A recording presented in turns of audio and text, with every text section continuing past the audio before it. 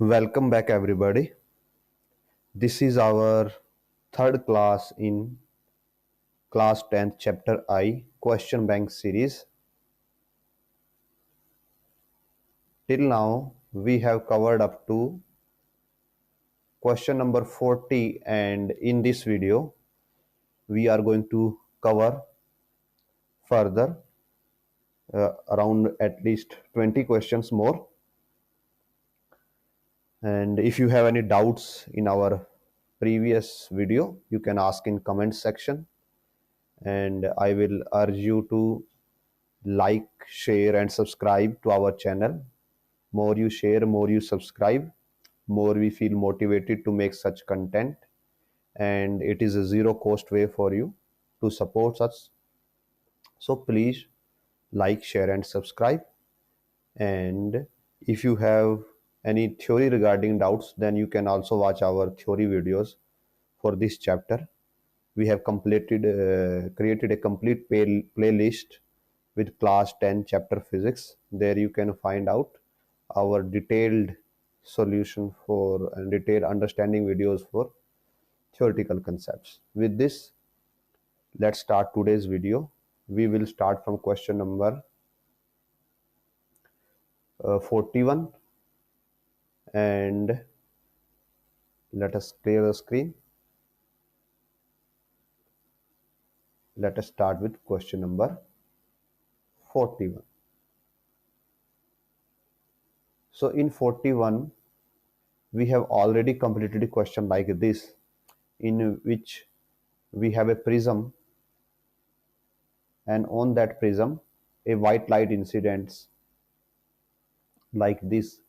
Now this light gets split into various colors known as Vibgyor, and then we put a reverse prism here, reverse identical prism, and with the help of that, these lights, these colors again gets combined with each other, and we again gets white light. इस तरह के question हम already cover कर चुके हैं हमारी previous video में with proper diagram. हम वहां पे सब कुछ कवर कर चुके हैं. सो हम आपको यही बोलेंगे कि आप हमारी प्रीवियस वीडियो चेक कीजिए, वहां पे आपको इसका डिटेल्ड सोल्यूशन मिल जाएगा. नाउ क्वेश्चन नंबर 42, इसमें हमें डिस्पर्शन बताना है और प्रिज्म की हेल्प से. तो ये भी हम ऑलरेडी डिटेल में कवर कर चुके हैं. हमने एक क्वेश्चन किया था जिसमें हमने ग्लास स्लैब के लिए डिस्पर्शन कवर किया था और प्रिज्म के लिए कवर किया था, और उसमें हमने मोनोक्रोमेटिक लाइट और व्हाइट लाइट दोनों के लिए कवर किया है. तो आप वहां पे जाके देख सकते हैं. Coming to question number 43, draw a ray diagram to show formation of rainbow formation हम ऑलरेडी कर चुके हैं डिटेल में, एंड ये बताना है कि डिस्पर्शन कहां पे हो रहा है और टोटल इंटरनल रिफ्लेक्शन कहां पे हो रहा है. तो हम आपको ये वाला इसका पार्ट एक्सप्लेन कर देते हैं कि डिस्पर्शन कहां पे होगा और इंटरनल रिफ्लेक्शन कहां पे होगा. सो इसके लिए हम क्या करते हैं, हम एक वाटर ड्रॉपलेट प्लॉट करते हैं. सो it should be with fill.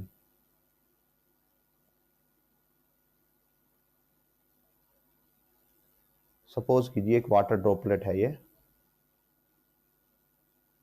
और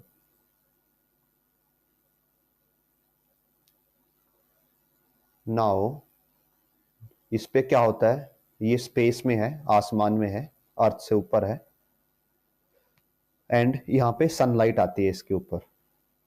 सो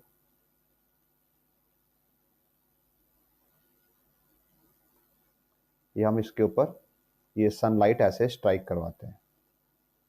तो जब सनलाइट इसके ऊपर स्ट्राइक करती है, हम इसको विदाउट पॉइंट लेते हैं,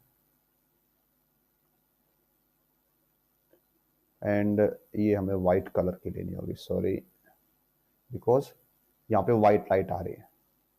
तो ये व्हाइट लाइट आती है और यहाँ पे ये स्ट्राइक करती है. तो जिस पॉइंट पे स्ट्राइक करती है व्हाइट लाइट, वहां पे एक नॉर्मल आपको प्लॉट करना होगा, बिकॉज आपको यहाँ पे रिफ्रैक्शन शो करना, और रिफ्रैक्शन के लिए आपको नॉर्मल का पता होना चाहिए. नॉर्मल क्या होता है, परपेंडिकुलर टू सरफेस या बाउंड्री, जिस बाउंड्री पे इंसिडेंट हुए उसके परपेंडिकुलर एक लाइन होती है, उसको नॉर्मल बोला जाता है। तो अगर आप इस पॉइंट को बोले पॉइंट ए, तो जो पॉइंट ए है आपका, जहां पे लाइट इंसिडेंट कर रही है, कहां से, एयर से आके वाटर की जो ड्रॉपलेट है, पानी की जो बूंद है, उसके ऊपर इंसिडेंट करती है। तो इस सिनेरियो में पॉइंट ए के ऊपर क्या हो रहा है, डिस्पर्शन एंड रिफ्रैक्शन। तो जो पॉइंट ए है, इस पे दो फिनोमिनाज हो रहे हैं। पहला होता है रिफ्रैक्शन, और इस रिफ्रैक्शन की वजह से क्या हो जाता है, डिस्पर्शन हो जाता है। डिस्पर्शन क्या होता है, splitting of light into its colours. तो यहाँ पे हमें कलर्स मिलेंगे, तो हम यहाँ पे 3 कलर्स यूज करते हैं रिप्रेजेंटेशन के लिए। सबसे पहले ब्लू करते हैं, बिकॉज हमें पता है कि ब्लू का एंगल सबसे कम होता है। उसके बाद आता है ग्रीन कलर, ग्रीन का एंगल ब्लू से थोड़ा सा ज्यादा होता है, किसके साथ, नॉर्मल के साथ। और फिर आता है रेड कलर, रेड का एंगल सबसे ज्यादा होता है नॉर्मल के साथ। नाउ जो ये रेड लाइट है, अब यहां से रिफ्लेक्ट होती है, जो ये वाला एरिया रीजन है, दिस रीजन, यहां पे क्या होता है, टोटल इंटरनल रिफ्लेक्शन। इसमें क्या होता है, इसमें लाइट है जो बाहर नहीं निकलती, डिस्पर्शन नहीं शो करती, मींस रिफ्रैक्शन नहीं करती, रिफ्लेक्ट हो जाती है एज इट इज। सो जो लाइट है वो एज इट इज यहाँ पे आ जाएगी, यहाँ पे ऐसे लाइट यहाँ से स्ट्राइक होके रेड लाइट यहाँ पे पहुंचती है, फिर ग्रीन लाइट आती है, और लास्ट में आती है ब्लू लाइट।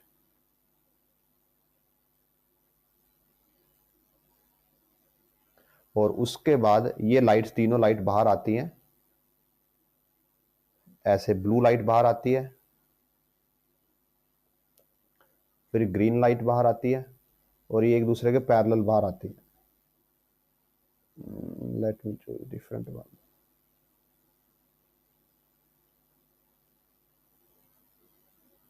एंड लास्ट में रेड आएगा। ऐसे आपको सभी के सभी कलर्स बाहर रेनबो की फॉर्म में दिखाई देते हैं, और ये हो जाता है रेनबो फॉर्मेशन।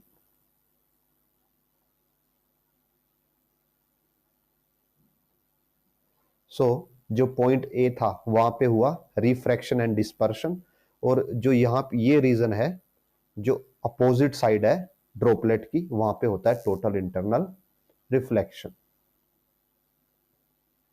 नेक्स्ट क्वेश्चन की तरफ मूव करते हैं, इसको क्लियर करके। क्वेश्चन नंबर 44 है, what is meant by dispersion. हम डिस्कस कर चुके हैं हमारी प्रीवियस वीडियो में। व्हाइट लाइट का डिस्पर्शन किसकी हेल्प से, प्रिज्म की हेल्प से हम कर चुके हैं, और ये पूरा क्वेश्चन हम ऑलरेडी कवर कर चुके हैं, तो आप हमारी प्रीवियस वीडियो में जाके चेकआउट कर सकते हैं। नेक्स्ट क्वेश्चन की तरफ बढ़ते हैं। क्वेश्चन नंबर 45 में हमें एक्सप्लेन करना है दैट रेनबो कैसे बनता है। तो रेनबो हमने जस्ट अभी प्रीवियसली एक्सप्लेन किया कैसे बनता है, और इससे पहले वाली वीडियो में भी हम ऑलरेडी बता चुके हैं कि रेनबो फॉर्मेशन कैसा होता है। और जो थ्योरी की क्लास थी, हमने इसमें और डेप्थ में रीजन भी बताया हुआ है कि अगर आप टू डिस्पर्शन करते हो, मीन्स अगर आपके पास ये वाटर की ड्रॉपलेट है और यहाँ से व्हाइट लाइट आती है, और अगर आप उसको डायरेक्ट ऐसे क्रॉस करवा दोगे तो रेनबो फॉर्मेशन नहीं हो पाएगा। रेनबो फॉर्मेशन के लिए आपको यहाँ से टोटल इंटरनल रिफ्लेक्शन चाहिए होता है, फिर यहाँ से रिफ्रैक्शन चाहिए होता है। मीन्स इस पॉइंट पे रिफ्रैक्शन होता है, इस पॉइंट पे रिफ्रैक्शन होता है, और इस पॉइंट पे टोटल इंटरनल रिफ्लेक्शन होता है, और इस पॉइंट पे डिस्पर्शन भी होता है। तो अगर आप बोले ए बी सी, तो जो ए पॉइंट है यहाँ पे होता है रिफ्रैक्शन एंड डिस्पर्शन। जो बी पॉइंट है यहां पे होता है टोटल इंटरनल रिफ्लेक्शन, और जो सी पॉइंट है, सी पॉइंट पे होता है ओनली रिफ्लेक्शन। अभी आप इस पे बोल सकते हो कि सर यहाँ पे डिस्पर्शन क्यों नहीं होता, बिकॉज ए पॉइंट पे भी तो डिस्पर्शन हो रहा है। इन रियलिटी डिस्पर्शन होता है, बट उसमें आपको अलग कलर्स नहीं मिलते। बिकॉज सपोज कीजिए आपके पास व्हाइट लाइट है, उसमें हमें violet, indigo, blue, green, yellow, orange और रेड मिल गया। तो रेड की भी कोई सिंगल वेवलेंथ नहीं होती, रेड के अंदर भी नंबर ऑफ वेवलेंथ होती है। तो यहाँ पे जो डिस्पर्शन होगा वो रेड की उन वेवलेंथ्स को अलग करेगा। मीन्स आपको रेड कलर जो थोड़ा फैला हुआ दिखाई देगा, बट उसमें आपको कोई नए कलर्स नहीं मिलेंगे। सो यस, टेक्निकली डिस्पर्शन होता है, बट आपको वो विजिबल नहीं होता। सो ए पॉइंट के लिए refraction and dispersion, B point पे आपको टोटल इंटरनल रिफ्लेक्शन और सी पे रिफ्रैक्शन ओनली हम ये कवर करते हैं। So moving to question number 46।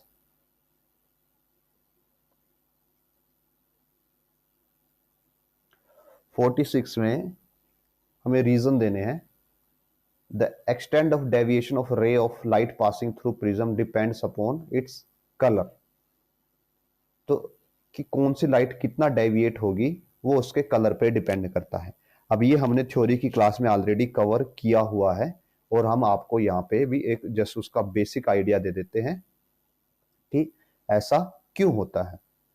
So first of all जो हम रिलेशन यूज करने वाले हैं that is speed of light. हम प्रॉपर वे में लिखते हैं इसको, स्पीड ऑफ लाइट किस पे डिपेंड करती है? फ्रीक्वेंसी और वेवलेंथ पे के प्रोडक्ट है। मींस स्पीड ऑफ लाइट को सी लिखा जाता है, फ्रीक्वेंसी को न्यू लिखा जाता है, और वेवलेंथ को लैम्डा लिखा जाता है। अब अगर हम किसी भी मीडियम की बात करें तो स्पीड ऑफ लाइट फिक्स होती है। जैसे वैक्यूम के अंदर स्पीड ऑफ लाइट ये होती है, एयर के अंदर भी स्पीड ऑफ लाइट की वैल्यू यही होती है, ग्लास के अंदर सपोज कीजिए थोड़ी कम हो जाएगी बट फिक्स होगी। तो स्पीड ऑफ लाइट तो मीडियम के बेसिस पे फिक्स होती है, मींस ये वैल्यू फिक्स है। तो जब भी मीडियम चेंज होता है, वेन एवर मीडियम चेंजेस, और ये हमने आपको लाइट वाले चैप्टर में डिस्कस किया था कि जब भी मीडियम चेंज होता है तो क्या चेंज होता है?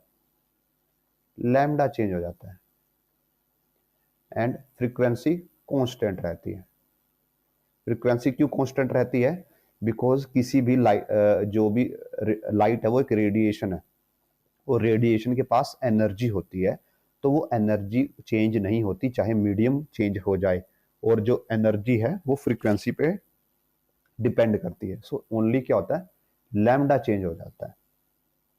और नॉर्मली क्या होता है, जैसे ही आप मीडियम चेंज करते हो तो स्पीड ऑफ लाइट रिड्यूस हो जाती है, ये फ्रीक्वेंसी फिक्स रहती है तो लैम्डा भी रिड्यूस हो जाता है।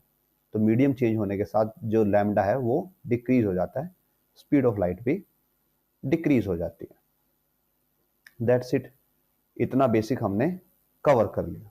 नाउ अब हम आगे बढ़ते हैं रिफ्रैक्टिव इंडेक्स की तरफ। जो रिफ्रैक्टिव इंडेक्स है उसके लिए हम सिंबल यूज करते हैं एन, और ये जो एन है ये डिपेंड करता है 1/λ के। ये लैम्डा के इनवर्स होता है। मींस वेवलेंथ जितना बढ़ेगी, अगर वेवलेंथ ज़्यादा है तो रिफ्रैक्टिव इंडेक्स कम हो जाएगा, एंड अगर वेवलेंथ कम है रिफ्रैक्टिव इंडेक्स ज़्यादा हो जाएगा। अब इससे क्या फर्क पड़ेगा?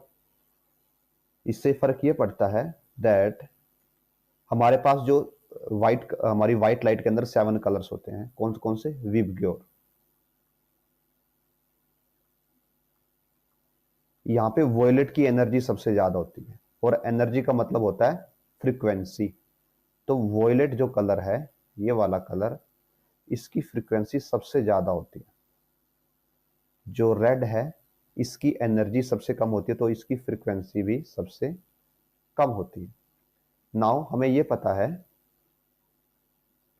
दैट कि स्पीड ऑफ लाइट फ्रीक्वेंसी और लैम्डा पे डिपेंड करती है। फ्रीक्वेंसी बदलती नहीं, स्पीड ऑफ लाइट फिक्स रहती है, तो जो लैम्डा है वो इनवर्स रिलेशन देता है फ्रीक्वेंसी के साथ। मीन्स जहां पे फ्रीक्वेंसी ज्यादा होगी वहां पे लैम्डा कम होगा, जहां पे फ्रीक्वेंसी कम होगी वहां पे लैम्डा ज्यादा होगा। सो इसी का यूज करते हुए हम यहाँ पे ये बोल सकते हैं कि वोयलेट की वेवलेंथ सबसे कम होगी और रेड की वेवलेंथ सबसे ज्यादा होगी।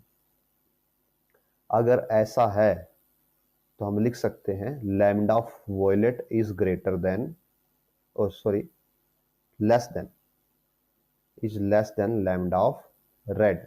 और हमें ये पता है कि रिफ्रैक्टिव इंडेक्स लैम्डा का उल्टा होता है, तो अगर वोयलेट की वेवलेंथ कम है तो उसका रिफ्रैक्टिव इंडेक्स ज्यादा हो जाएगा। Means refractive index of violet is greater than refractive index of red. Okay, हमने इतना कवर कर लिया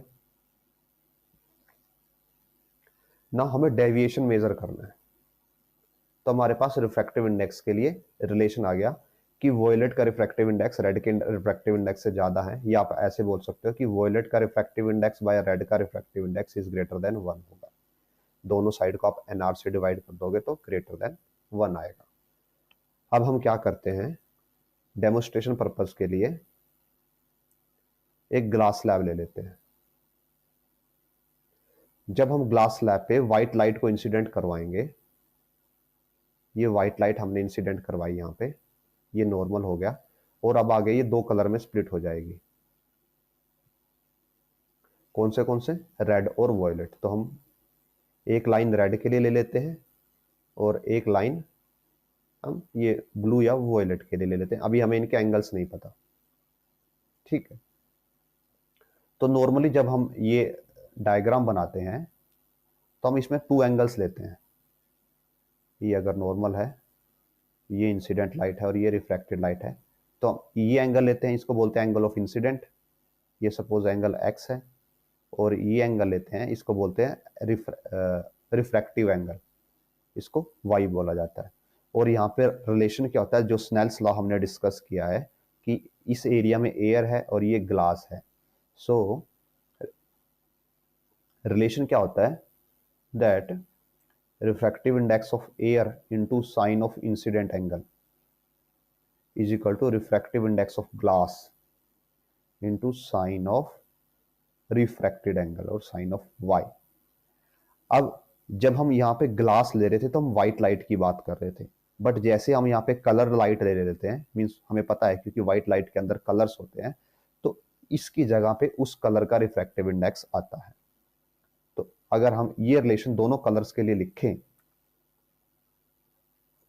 मीन्स, और दोनों कलर्स के लिए इंसिडेंट एंगल हम सेम लेंगे, रिफ्रैक्टेड एंगल अलग अलग हो जाएगा और ये रिफ्रैक्टिव इंडेक्स अलग अलग हो जाएगा। Means n of air sine of x, because दोनों कलर हवा से आ रहे हैं तो ये चीज दोनों के लिए सेम रहेगी, ये बदल जाएगी। Refractive index of red, angle for red, और similarly n of a sine x is equal to refractive index of blue colour into sine of y blue colour. अब ये दोनों चीजें इक्वल हैं, तो मीन्स ये दोनों साइड भी इक्वल होनी चाहिए, और आप यहां से लिख सकते हो n r sine y r is equal to n b sine y B.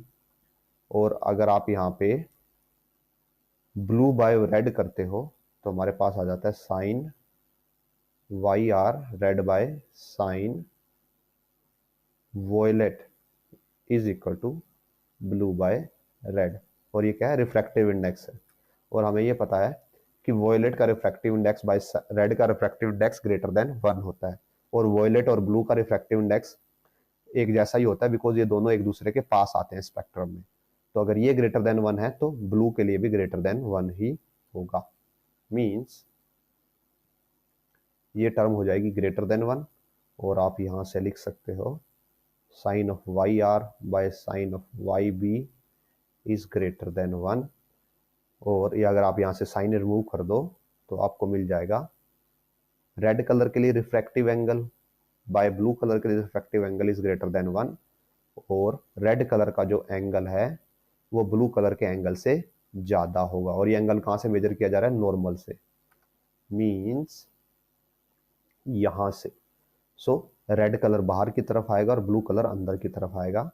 तो अब हम यहाँ पे बना सकते हैं दैट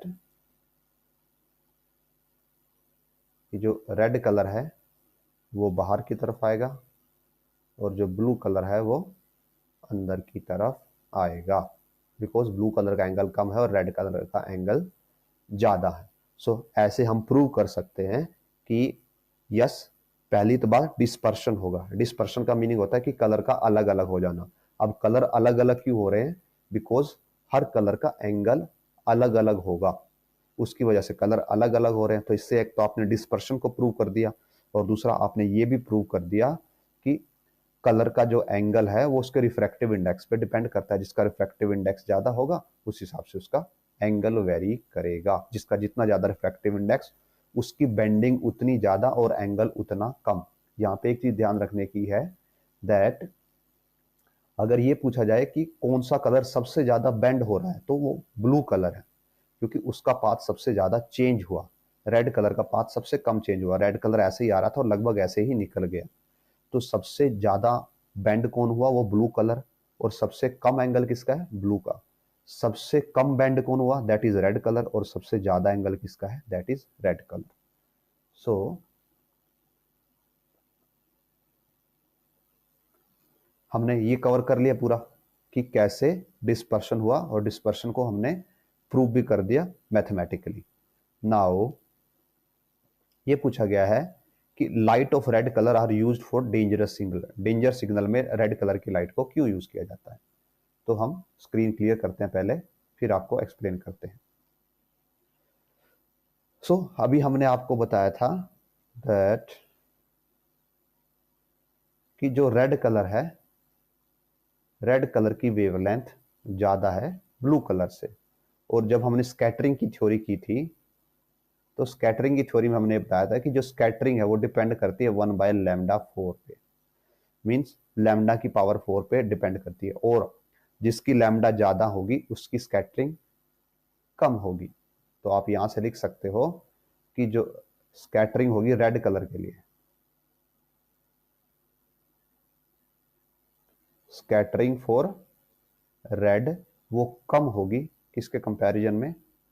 स्कैटरिंग फॉर ब्लू।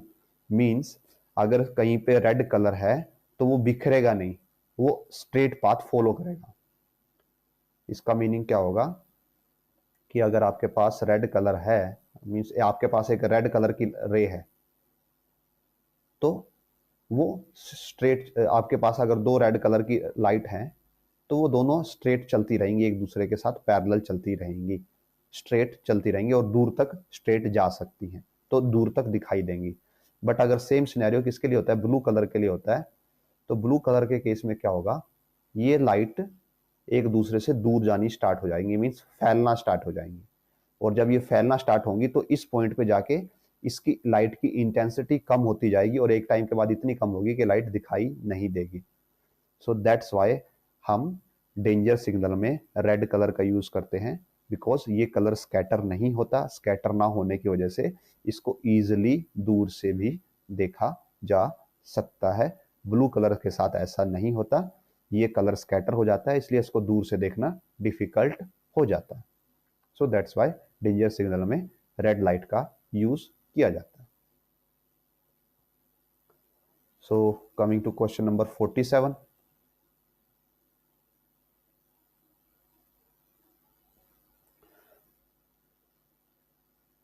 सो 47 में पूछा गया कि कलर है जो लाइट है अपने कंपोनेंट्स में क्यों टूट जाती है। तो उसका रीजन हमने एक्सप्लेन किया कि सबका रिफ्रैक्टिव इंडेक्स अलग है। और ब्लू का refractive index, because refractive index lambda के उल्टा होता है और रेड का लैम्डा सबसे ज्यादा होता है। तो ब्लू का रिफ्रैक्टिव इंडेक्स सबसे ज्यादा होता है, मीन्स वॉयलेट का सबसे ज्यादा, फिर ब्लू का आता है और फिर लास्ट में रेड का आता है। और जो एंगल है रिफ्रैक्शन का एंगल है वो रिफ्रैक्टिव इंडेक्स पे डिपेंड करता है। दैट्स वाई सभी कलर्स अलग हो जाते हैं। अभी हमने प्रीवियसली एक्सप्लेन किया। रेनबो फॉर्मेशन हम ऑलरेडी एक्सप्लेन कर चुके हैं डिटेल में। इस वीडियो में भी किया है और प्रीवियस वीडियो में भी हम कर चुके हैं, आप वहां से जाके कवर कर सकते हो। क्वेश्चन नंबर 48, डिस्पर्शन क्या होता है? डिस्पर्शन होता है स्प्लिटिंग ऑफ लाइट। ऐसा क्यों होता है? क्योंकि रिफ्रैक्टिव इंडेक्सेस अलग हैं। इसकी मैथमेटिकल डेरिवेशन हम पीछे कर चुके हैं कि मैथमेटिकली ऐसा क्यों होता है। Rainbow is just dispersion of light. तो रेनबो क्या होता है? लाइट है जो डिस्पर्स हो जाती है अपने कलर्स में, और इसका डायग्राम हम ऑलरेडी आपको एक्सप्लेन कर चुके हैं हमारी प्रीवियस वीडियो में डिटेल में, और हमारी थ्योरी की वीडियो में भी हम डिटेल में इसको डिस्कस कर चुके हैं, तो आप वहां पे जाके चेकआउट कर सकते हो।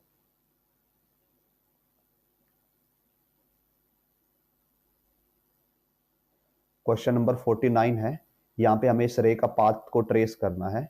तो ये क्वेश्चन हम ऑलरेडी बता चुके हैं कि इस क्वेश्चन में क्या, इस सिनेरियो में क्या होता है। हम इसका आपको फिर से एक डायग्राम दिखा देते हैं। So here is the diagram, कि जो यहाँ पे ये सिनेरियो शो किया गया है, उस सिनेरियो में क्या होगा। तो यहाँ पे जो फिनोमेना हम ऑब्जर्व करते हैं उसको डिस्पर्शन ऑफ लाइट बोला जाता है। इसका रीजन क्या है? इसका रीजन ये है कि हर कलर का अपना एक रिफ्रैक्टिव इंडेक्स होता है, उसकी वजह से उनके जो एंगल है नॉर्मल के साथ वो अलग अलग बनते हैं, और अलग अलग एंगल होने की वजह से कलर्स एक दूसरे से सेपरेट हो जाते हैं। और साथ में ये भी पूछा गया है लास्ट पार्ट में कि आप कैसे प्रूव करोगे कि जो व्हाइट लाइट है उसके अंदर कलर्स होते हैं। तो आप सेम प्रिज्म का एक्सपेरिमेंट लेके प्रूव कर सकते हो कि जो व्हाइट लाइट है उसके अंदर कलर्स होते हैं। और अगर आपको बाद में ये भी प्रूव करना है कि 7 कलर से लाइट बनती है, तो आप यहाँ पे फिर से एक और प्रिज्म लगा सकते हो। यहाँ पे इसका एक आइडेंटिकल प्रिज्म आप यहाँ पे यूज कर सकते हो, और जब ये कलर्स इससे पास होंगे तो यहाँ पे आपको अगेन फिर से व्हाइट लाइट मिल जाएगी। तो ऐसे आप प्रूव कर सकते हो कि 7 कलर से ही व्हाइट लाइट बनती है। सो क्वेश्चन नंबर 50 पे आते हैं, that is twinkling of stars, और ऐसा एक्सप्लेन करना है। तो हमने इसको थ्योरी में ऑलरेडी डिस्कस किया हुआ है डिटेल में, और हम यहाँ पे भी आपको आइडिया दे देते हैं कि ऐसा क्यों होता है। सो स्कैटरिंग ट्विंकलिंग ऑफ स्टार्स को प्रूव करने के लिए हम क्या मान के चल रहे हैं कि सपोज कीजिए जो ये ब्लैक वाला पोर्शन है दैट इज आवर अर्थ। सो जो ब्लैक पोर्शन है दिस इज आवर अर्थ, और जो यहाँ पे ये रेड है दैट इज ए स्टार। और जो आपको ये अर्थ के अराउंड ये दो लेयर दिखाई दे रही हैं, ये हमारा एटमॉस्फेयर है। एक है जो अर्थ के पास वाला एटमॉस्फेयर है, एक अर्थ से थोड़ा दूर वाला एटमॉस्फेयर है। बिकॉज अर्थ के पास में एयर डेंस होती है, डेंसिटी ज्यादा होती है, और अर्थ से दूर डेंसिटी कम होती है, और वो डेंसिटी कंटिन्यूसली डिक्रीज होती जाती है। बट हम यहाँ पे कंटिन्यूसली डिक्रीज नहीं दिखा सकते, इसलिए हमने क्या किया है, हमने यहाँ पे 2 लेयर बना दी है, सो दैट आपको दिखे कि ऊपर वाली एयर में डेंसिटी कम है और नीचे वाली एयर की डेंसिटी ज्यादा है। और अभी आप यहाँ पे एज ए ह्यूमन आप यहाँ पे हो, ठीक है, आप यहाँ पे बैठे हुए हो, और यहाँ से आप इस स्टार को ऑब्जर्व कर रहे हो। अब क्या होगा कि जब इस स्टार से लाइट आएगी, सपोज कीजिए स्टार से ऐसे लाइट आती है,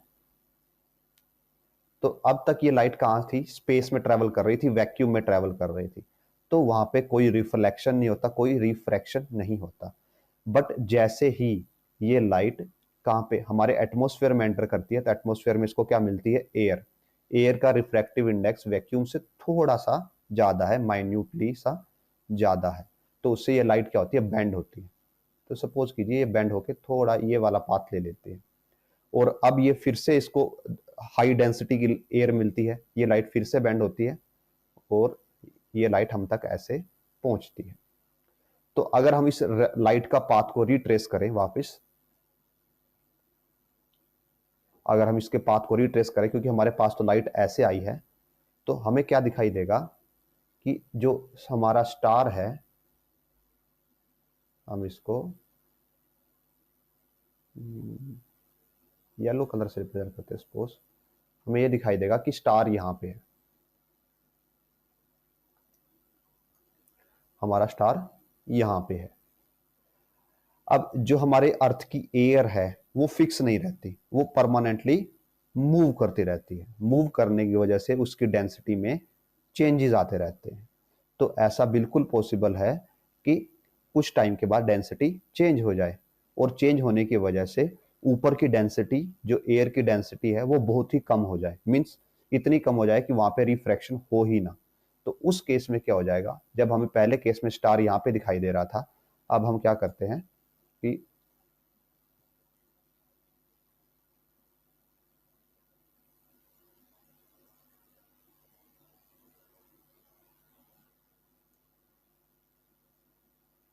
हम इस लाइट को डिलीट करते हैं,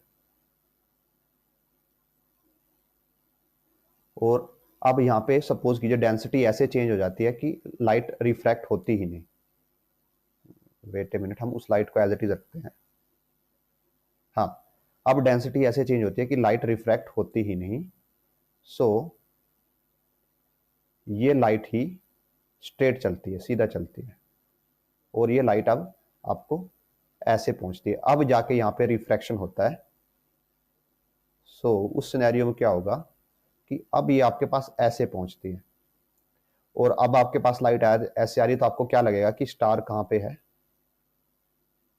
हमने आपको ऐसा लगेगा कि स्टार अब की बार यहाँ पे है।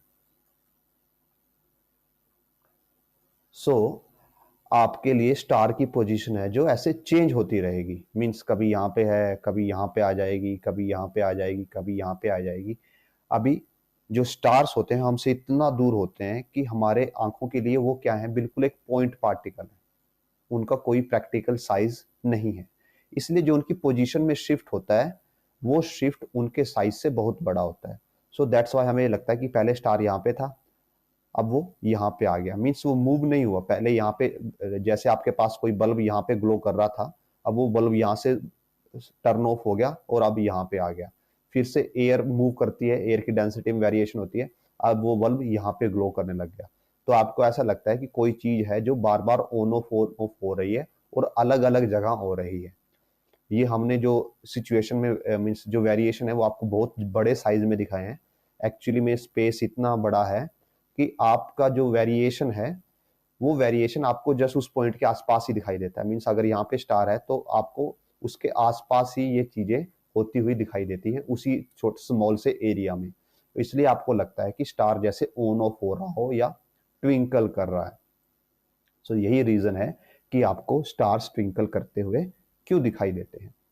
और इसका इसका आगे का जो सेम क्वेश्चन है कि ऐसा प्लैनेट्स के साथ क्यों नहीं होता, जो क्वेश्चन नंबर 51 है, ऐसा प्लैनेट्स के साथ क्यों नहीं होता। तो प्लैनेट्स के केस में क्या होता है कि जो प्लैनेट का साइज है वो पॉइंट साइज नहीं होता हमारे लिए, बिकॉज प्लैनेट हमारे बहुत पास है as compare to stars.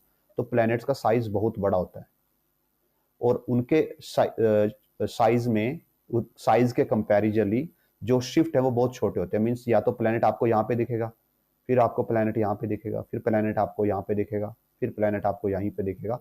Means जो पोजीशन में चेंज है वो पोजीशन उसके साइज के चेंज से बहुत छोटा है। उसकी वजह से आपको प्लैनेट्स ट्विंकल करते हुए नहीं दिखाई देते, जबकि स्टार्स ट्विंकल करते हुए दिखाई देते हैं, बिकॉज स्टार हमसे बहुत दूर है और उनका कंपेरेटिव साइज प्लैनेट के कंपैरिजनली बहुत स्मॉल है। साइज, उनका साइज हमारे आंखों के लिए पॉइंट साइज होता है।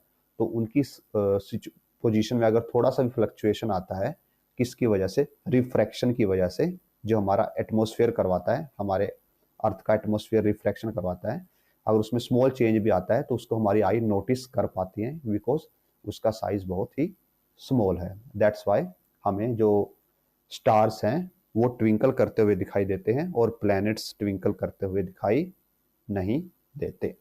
सो let us move to next question.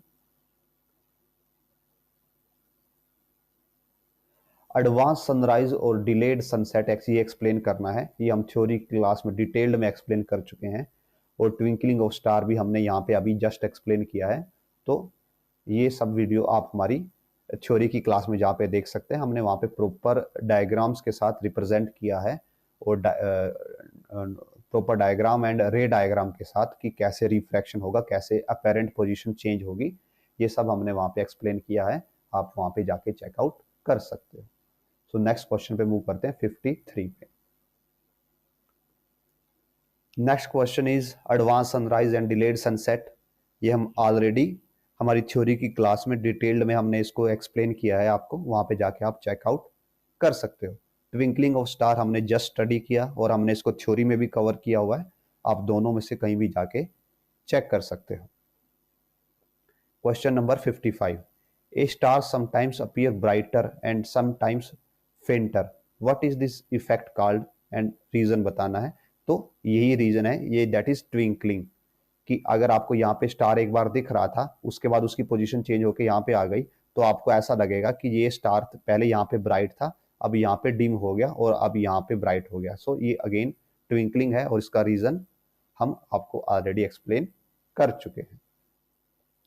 Question number 56, एक star slightly appears higher than its actual position.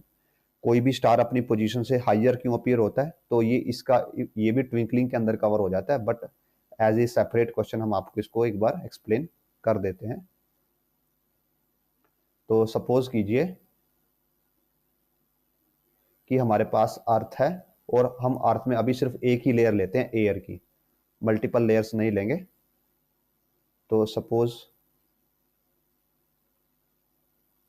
ये हमारा अर्थ का एटमॉस्फेयर है और इसके बीच में यहाँ पे अर्थ है, यहाँ पे बीच में हमारी अर्थ है और ये उसका एटमॉस्फेयर है। नाउ अब हम एक स्टार बनाते हैं, सपोज दिस इज स्टार। तो अब क्या होगा, आप यहां पे हो कहीं पे बैठे हुए,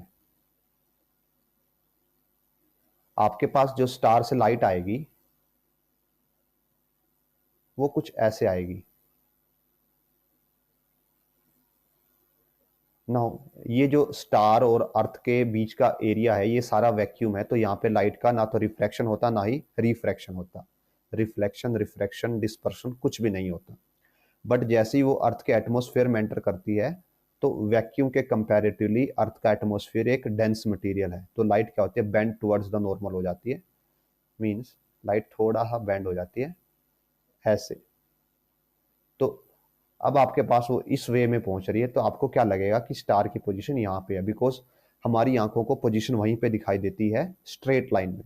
जिस स्ट्रेट लाइन में हमारी आंखों में लाइट आती है, हमें पोजीशन ऑब्जेक्ट की वहीं पे दिखाई देती है। तो आपको क्या लगेगा कि जो स्टार है वो स्टार कहीं यहाँ पे है।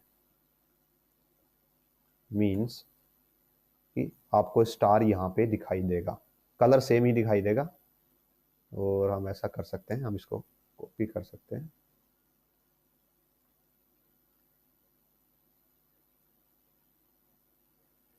And we can paste it. तो कलर आपको सेम ही दिखाई देगा।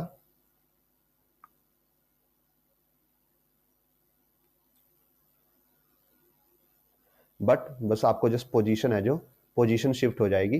पहले आपको जो एक्चुअल में स्टार की पोजीशन यहाँ पे है आपको थोड़ा सा ऊपर दिखाई देगा, क्योंकि अर्थ की जो एटमॉस्फेयर है वो लाइट को रिफ्रैक्ट कर देता है और जिसकी वजह से आपको उसकी अपरेंट पोजीशन थोड़ी सी ऊपर दिखाई देती है। सो दैट्स हाउ, यही इसी के वे में आप ट्विंकलिंग ऑफ स्टार को एक्सप्लेन करते हो और ऐसे ही आप उसकी पोजीशन के अपराइज को भी एक्सप्लेन करते हो। सो क्वेश्चन नंबर 57 पे आते हैं। टाइम डिफरेंस सनराइज और सनसेट के बीच का 2 मिनट का होता है, और ऐसा क्यों होता है ये हम ऑलरेडी एक्सप्लेन कर चुके हैं एडवांस सनराइज और डिलेड सनसेट में, और इसका प्रॉपर लेबल डायग्राम आपको हमारी थ्योरी की क्लास में मिल जाएगा, आप वहां पे जाके चेकआउट कर सकते हो। ये हमारी इस चैप्टर की लास्ट थ्योरी की क्लास है जिसके अंदर हमने इसको एक्सप्लेन किया हुआ है, तो आप जाके देख सकते हो। और जो हमारा थंबनेल है उसमें भी आपको ये विजिबल है ईजिली, तो आप वहां पे जाके वीडियो को चेकआउट कर सकते हो। 58 क्वेश्चन है कि प्लैनेट्स ट्विंकल क्यों नहीं करते, स्टार ट्विंकल क्यों करते हैं। अभी हमने जस्ट थोड़े टाइम पहले इसी वीडियो में एक्सप्लेन किया है कि ऐसा क्यों होता है, तो आप हमारी वीडियो को रिवाइंड करके वहां पे जाके इसके आंसर को चेकआउट कर सकते हो। 59, why do star twinkle, star twinkle क्यों करते हैं, तो ये भी हम एक्सप्लेन कर चुके हैं, तो आप ये भी हमारी वीडियो में चेकआउट कर सकते हैं। क्वेश्चन नंबर 60 अगेन सेम है, twinkling of star and advance sunrise and sunset. ये हम ऑलरेडी एक्सप्लेन कर चुके हैं थ्योरी की क्लास में, आप वहाँ से जाके चेकआउट कर सकते हो। सो विद दिस आज की वीडियो में हम इतना ही करेंगे अप टू क्वेश्चन नंबर 60। अगर आपको कोई डाउट रह गया हो तो आप हमें कमेंट सेक्शन में बता सकते हैं, हम आपका डाउट को क्लियर करने की कोशिश करेंगे। एंड अगर आपको इन वीडियो से, इस सीरीज से कुछ इन्फॉर्मेशन, आपकी अंडरस्टैंडिंग बेटर हो रही है, आपके कंसेप्ट्स बेटर हो रहे हैं, then please consider liking our videos and subscribing to our channel and sharing our videos, because more you share, more you subscribe, more we feel motivated to make such content. And it is beneficial for you also, because it is a zero cost way for you to support us. So please like this video, share this video as much as possible, and subscribe to our channel. Ask your friends to subscribe to our channel. It helps us a lot when you subscribe to our channel and share our videos. So thanks for watching. We will meet in next video. Till then, goodbye.